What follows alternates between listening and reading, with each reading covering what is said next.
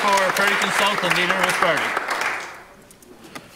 Thank you, Mr. Speaker. Mr. Speaker, the budget is projecting that government will collect $163 million in carbon tax revenue, which would represent a meaningful investment to help people and families, businesses, and communities transform our province. However, $90 million is going to subsidize gasoline and natural gas consumption, which will only deter people from making conservation-minded choices.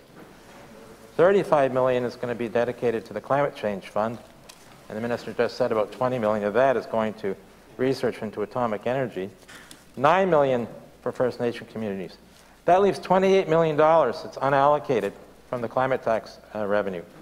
Can the Minister of Finance explain why that $28 million would not be added to the Climate Change Fund so that it could help families, businesses, and communities install solar power, purchase electric vehicles, or retrofit their homes and buildings? Thank you.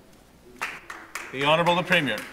Thank you for the question, so I'm pleased to say that the money that's being reallocated throughout different initiatives is important, and we have a committee that works basically on that together with the Climate Action Committee, identifying certain targets. We also have the investment in the SMRs, because we're looking at a non-carbon emitting source to alternate or replace our current energy supplies that we have here, not only in New Brunswick but in the world, really, as being a player in that field. And other allocations are yet to be made, Mr. Speaker, on where that would be best suited in order to address current needs. But one of the principles, and related to the carbon tax, Mr. Speaker, from the federal government, is that there has to be seen, some goes to climate change, some goes to initiatives, some goes back to the population. So, Mr. Speaker, we have to identify what is the best process going forward, because we are under the administration of the federal program, and there is, initially, they had a rebate program going directly. I don't know what it looks like at this point. We haven't decided, but it is under investigation or under review. The member for Période South and Leader of his party. Well, speaking of principles, Mr. Speaker, the budget's silent on what criteria actually are being used to determine how the $163 million in revenue collected from the carbon charge we pay on gasoline can best be used to achieve the transformational change we need. Nova Scotia is helping families, businesses, and communities install solar power, purchase electric vehicles, and retrofit their homes and buildings so everyone can be part of the solution, as Premier Ian Rankin aims to supply 80% of Nova Scotia's energy from renewable sources by 2030. However, the budget commits to spending millions of dollars in carbon tax revenue on speculative research into atomic energy.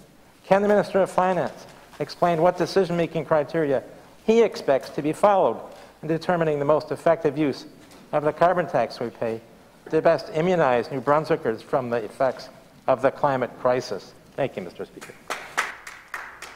The Honourable the Premier.